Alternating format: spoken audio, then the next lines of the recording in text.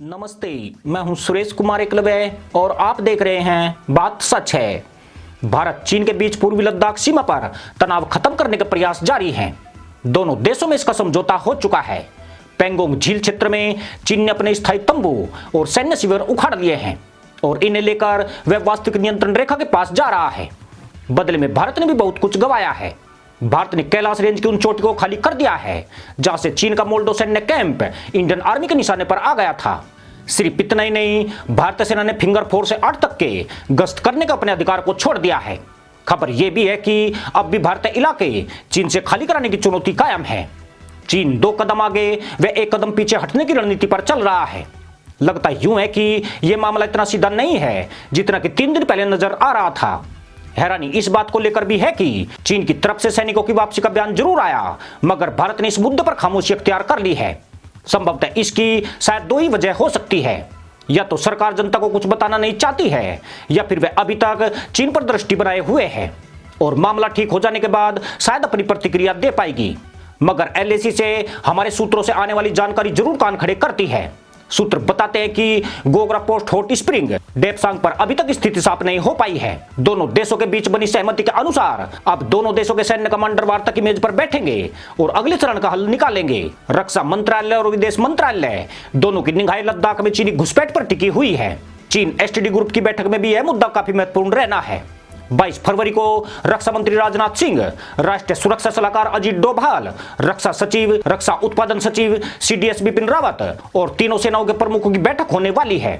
हो सकता है कि इस बैठक के बाद भारत की तरफ से कोई प्रतिक्रिया सामने आए, मगर एलएसी से सैन्य वापसी पर जो सवाल उठ रहे हैं वे आशंकाओं को जरूर जन्म दे रहे हैं। सूत्रों से जो जानकारी मिली है उसके मुताबिक चीन डेपसांग से पीछे हटना नहीं चाहता है।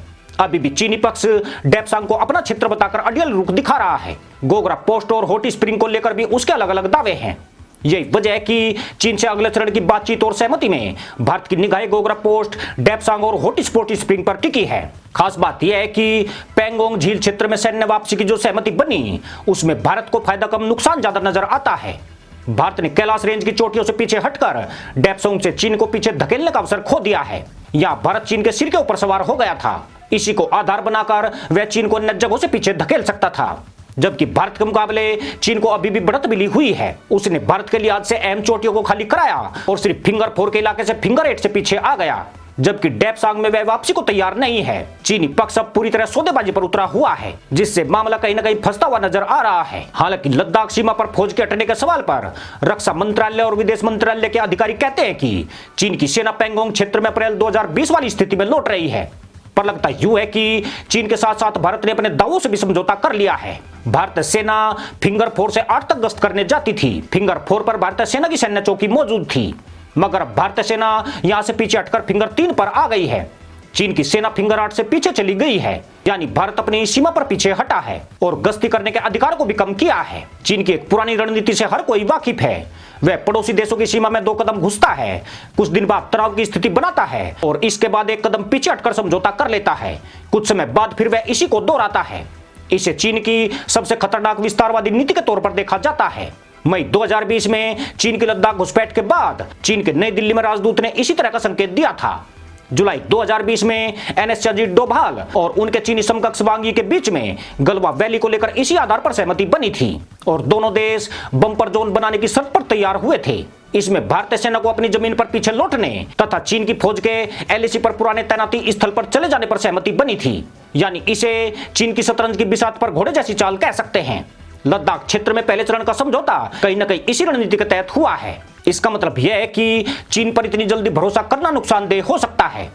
चीन द्वारा यह समझौता इसलिए किया गया है क्योंकि वह मोल्डो सैन्य कैंप पर भारतीय सेना के खतरे को महसूस कर रहा था। अब उसकी यह परेशानी सिर से टल चुकी है और इंडियन आर्मी पेंगोंग झील के उत्तर से वापस लौट रही है। चौंकाने वाली बात यह है कि भारतीय जवानों ने चीन पर जो बढ़त बनाई थी अब वह पूरी तरह खत्म हो गई है और चीन फिर से सौदेबाजी पर उतर आया है। कहने वाले तो यही कहते हैं कि भारत ने खुद ही एक सुनहरा अवसर खो दिया है। अब सबसे बड़ा मुद्दा एक बार फिर से डेपसांग बनने जा रहा है। आपको बता दें कि डेपसांग वही इलाका है जहां इसी साल जनवरी में चीन ने महाविनाशक हथियारों से युद्धाभ्यास किया था। डेपसांग भारत के लिए रणनीतिक रूप से अहम दौलत बेग ओल्डी से मात्र 36 किलोमीटर की दूरी पर है। चीन सीमा के पास स्थित दौलत बेग ओल्डी पर चीन की पहले से ही नजर है। यहाँ पर भारत की एयर स्ट्रिप मौजूद है। चीन से युद्ध के दौरान दौलत बेग ओल्डी से भारतीय वायुसेना के मालवाहक जहाजों से लेकर लड़ाकू विमान इस हवाई पट्टी का उपयोग कर सकते हैं। देपसांग पहाड़ियों के बीच स्थित जमीनी इलाका है। 1962 के युद्ध के दौरान चीन ने इस इलाके के कुछ हिस्से पर कब्जा कर लिया था। इस इलाके के पश्चिमी हिस्से में भारतीय सेना तैनात है, जबकि पूर्वी हिस्से में चीनी सेना की पोस्ट है। चीन की चाल यहाँ तनाव पैदा कर दौलत बेग ओल्डी के ऑपरेशन की तैयारियों को परखना है। वह पूरे देपसांग पर अपना दावा करता है। चीनी सैनिकों ने यहाँ पेट्रोलिंग पॉइंट 10, 11, 12 और 13 पर भारतीय सेना की पेट्रोलिंग को रोकना जारी रखा हुआ है। इन चारों पॉइंट्स पर इंडियन आर्मी परंपरागत तौर पर पेट्रोलिंग करती आई है। गलवान के उत्तर में स्थित देपसोंग रणनीतिक तौर पर बहुत ही महत्वपूर्ण है। इसकी वजह यह है कि यह काराकोरम दर्रे से सटे रणनीतिक तौर पर अहम दौलत बेग ओल्डी से भारत की पोस्ट के करीब है। चौंकाने वाली बात यह है कि चीन ने पैंगोंग झील के क्षेत्र वाले हिस्से पर तो वार्ता की, मगर उसने डेपसोंग गोगरा पोस्ट और हॉट स्प्रिंग को वार्ता के एजेंडे में शामिल ही नहीं किया। इसका कारण यही था कि यहां भारत उसके क्षेत्र में नहीं घुसा था, बल्कि चीनी डेपसोंग के पेट्रोलिंग पॉइंट्स पर अपनी दादागिरी दिखा रहा है। इससे कहीं न कहीं चीन भारत के लिए चुनौती कायम कर चुका है, जिससे पार पाना बहुत ही मुश्किल होने वाला है। चीन ने 2 दिन पहले गलवान की झड़प का वीडियो जारी किया है। 9 महीने बाद चीन को यह शुद्ध अकारण नहीं आई है, बल्कि उसने चीनी जनता का ध्यान इस ओर केंद्रित करके खुद को निर्दोष और भारत को हमलावर दिखाने का प्रयास किया है। इसका असर भी चीनियों में भारत के प्रति नफरत से जाना जा सकता है। भारतीय दूतावास के आधिकारिक वीबो अकाउंट पर चीनी नफरत के संदेश भेज रहे हैं। एक ही दिन में लाखों चीनियों ने ऐसे संदेश और मैसेज और रीट्वीट किए हैं। हालत यह है कि पूरा चीन भारत को आक्रांता समझ रहा है। उन्हें लगता है कि भारत ने एलएसी पर अतिक्रमण करके चीनी सीमा में प्रवेश किया था, जबकि जियो लोकेटर से साफ है कि जहां दोनों देशों के सैनिकों में झड़प हुई थी वह भारतीय सीमा के 50 मीटर भीतर की घटना है और भारतीय सैनिक वहां पर घुस चुके चीनी सैनिकों को खदेड़ने गए थे।